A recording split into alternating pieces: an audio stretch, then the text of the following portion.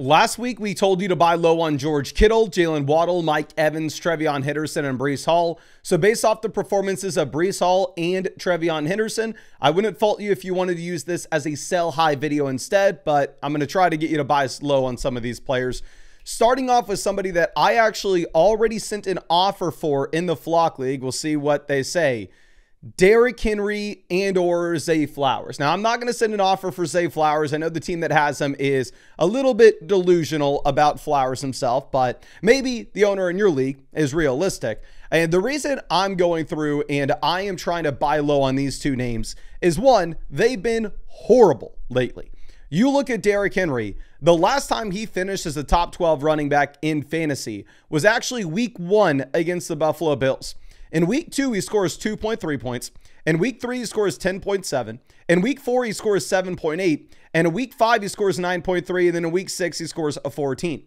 Now, if we look back historically with Derrick Henry, there is a very clear trend, and we've talked about this being the risk for Henry forever now, that if the team is bad that he is playing on, and the team is not winning football games, what is going to happen? He is going to get phased out. The snap rate's going to fall because he's not going to be out there in obvious passing scenarios. He's not going to be out there when the Ravens are down by 3 touchdowns and it's the 4th quarter. Like, Derrick Henry's day is done at that point. You're going to have Justice Hill instead. And we've seen that happen a decent amount of times over the past month. We've seen the Baltimore Ravens not be able to play competitive games with a lot of these teams. Now, of course, the competitive game that they had against Buffalo, he does go through and he scores 29 points. But a big thing that we have to figure out is we have to figure out with Derrick Henry, is there hope for the Baltimore Ravens coming out of the bye? Because we know in games in which the Ravens are winning, they're going to be able to run the ball over and over and over again with Henry. And he historically gets a lot of those points in the 4th quarter when he's been able to wear the defense down. Now, I know Baltimore Ravens fans are panicking. And I'm not smart enough to come out here and try to figure out exactly how many of these games going into the future Baltimore is going to win versus Baltimore is going to lose.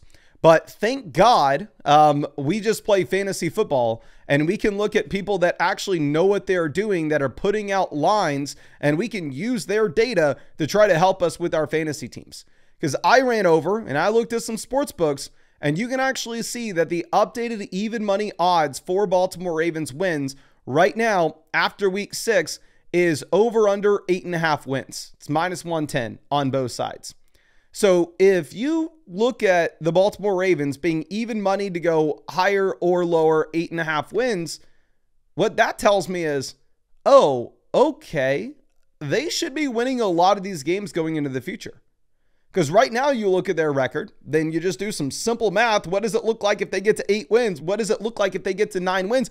They're going to have a really good team coming out of this bye week when the defense is healthier. Like, this bye week is needed so badly for the Baltimore Ravens, for this defense to get healthy, for Lamar Jackson to get healthy. The expectation in my mind is that Lamar Jackson's going to be back in week 8. So obviously you don't have Derrick Henry this week, but you weren't going to have him this week anyway. It was going to be the bye week anyway. So thank God the Baltimore Ravens had that week 7 bye. So for me personally, I would be very interested in going out there and trying to buy low on Derrick Henry. Y'all know this is the first time I've said this in at least 3 years. But I don't know. He's the RB12 in my rest of season rankings. The running backs that I have directly ahead of him that I would not sell for Derrick Henry would be Barkley, Kyron, Genty, Javonte. I know the Derrick Henry owner in my league has Cam Scatterbo ranked ahead of Henry. So that's the deal that I'm trying to get working. I'm trying to sell him Cam Scatterbo for Derrick Henry while at the same time getting a minor upgrade at wide receiver. Now, moving over to the other player with Zay Flowers in this offense. Flowers, surprisingly, with the shoulder injury, was actually able to go out there and he was actually able to get some targets this past week. He had 10 targets against the Los Angeles Rams. Now, obviously, he has the fumble, but he walks away with 6 receptions, 46 receiving yards. And overall, over the past 3 weeks, even without Lamar, Flowers has given you a baseline floor where he's averaging about 12 points per game. Now, of course, is that good? No. But the issue that you've had with Flowers is the touchdowns just simply haven't been there. I mean, of course, the touchdowns aren't there in the entire offense, whether it's to going to a different receiver, whether it's going to Derrick Henry. Nobody's been scoring because Lamar hasn't been under center. But going right back to what we were looking at previously, this team should get healthy coming out of the bye week, and there should be way more touchdowns go around, which will make me a little more excited about Flowers. Now, let's move over and let's just give an update with one of our buy low players from last week with George Kittle. George Kittle is now up to my tight end 4 in my rest of season rankings. We had the report with Kittle that he is back at practice this week, and there's a very real possibility that he's going to be back and actually playing. You also had the report that Juwan Jennings said he's dealing with like 6 broken ribs. He's dealing with 2 broken legs, 2 broken arms, 2 broken hands, and a broken neck. Like, Juwan Jennings is held together by bubble gum and duct tape at this point. Jennings is almost just nothing. Ricky Pearsall's knee injury, we don't have a timetable on that yet. So Kittle may be the first player back and healthy for this San Francisco 49ers team that is desperate for a weapon. And I wouldn't be surprised whatsoever if we immediately start seeing George Kittle, the tight end with big play and touchdown upside, walking into a team where they're going to force feed him 8+ targets. Now, of course, I wish I could say, like, I would love to sell somebody like T. Higgins plus Dallas Goedert from my team to get over to George Kittle. Maybe that sounds crazy based off the game that Goddard just had.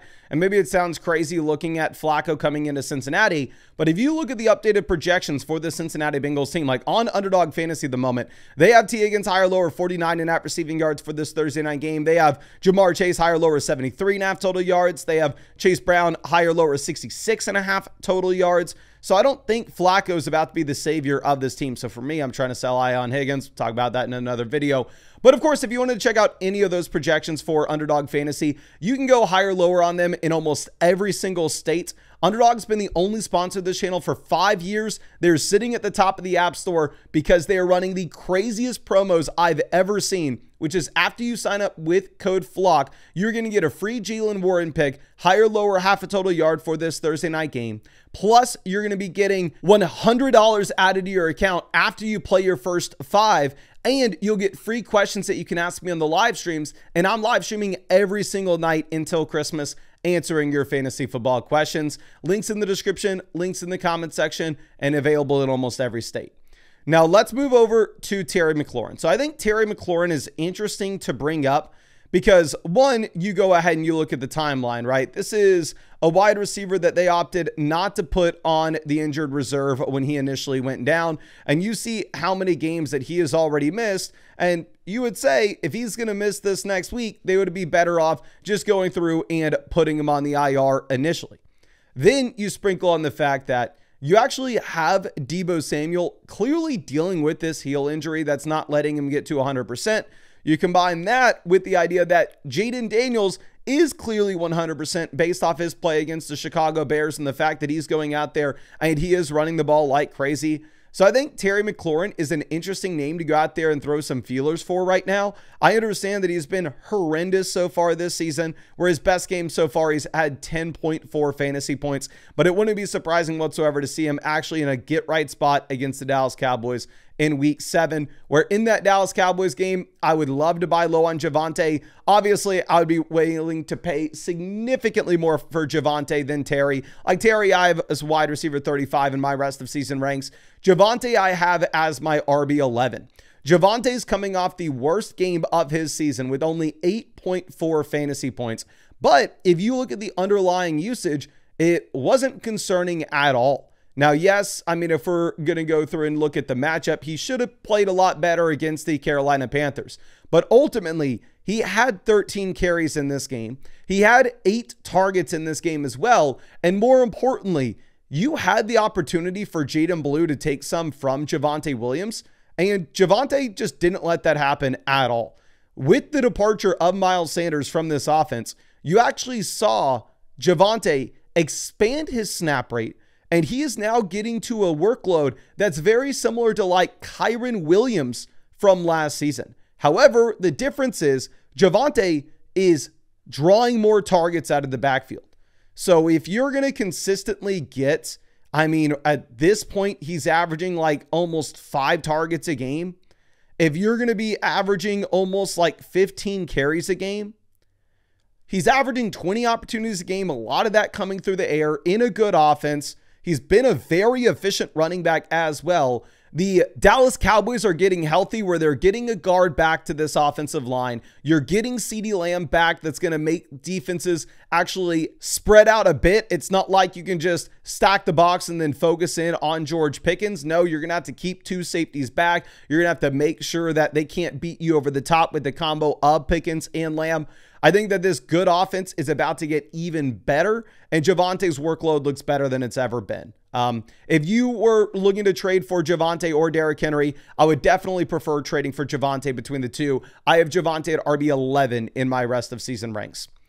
Now, a very interesting buy low candidate is going to be Mr. Rome Odunze. Maybe the Rome owner needed 7 points on Monday night to win. Maybe they needed 8 points on Monday night to win. And what did Rome Odunze do? He scored 5.2 fantasy points by having 2 receptions and 32 receiving yards. This has been the first game that Rome Odunze had not scored a receiving touchdown. He's still averaging a receiving touchdown a game, but remember, you actually were that close to Rome scoring a TD this past week. Got called back on an illegal formation.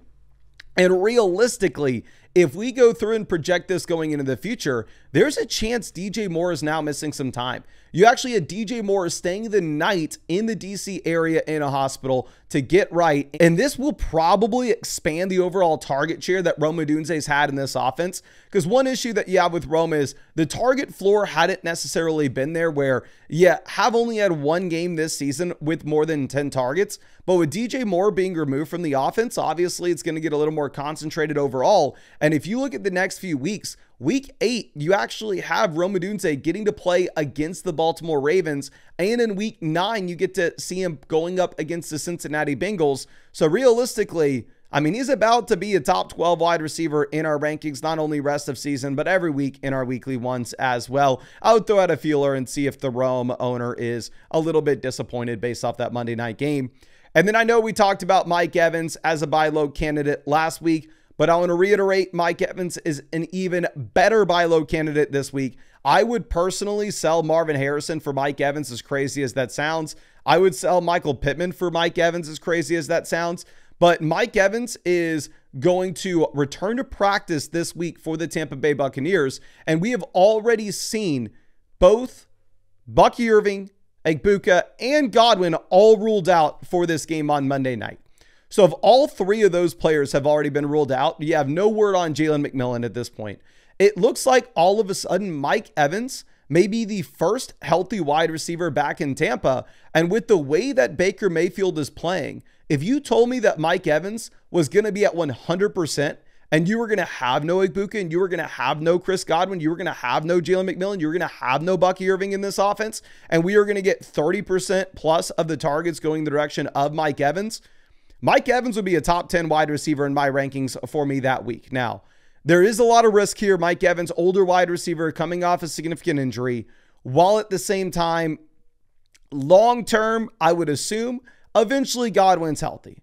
I mean, eventually Egbuka's healthy. Eventually Bucky's healthy. Eventually Jalen McMillan's healthy. I'm not expecting Mike Evans to be the only wide receiver in Tampa by the time we get to week 15. So for that reason, I still have him as like a low end wide receiver 2, high end wide receiver 3 in my rest of season ranks. But obviously, the more positive reports that we get coming out of Tampa, the higher he will move.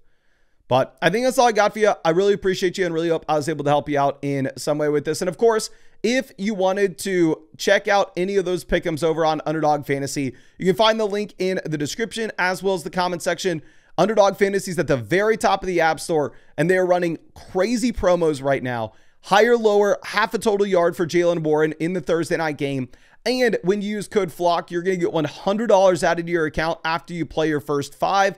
Plus, you'll get free questions that you can ask me in the live streams, and I'm live streaming every single day until Christmas. Underdog Fantasy available in almost every single state, and you can find that link in the comments. But I really appreciate you, and really hope I get to see you out with the live stream later tonight.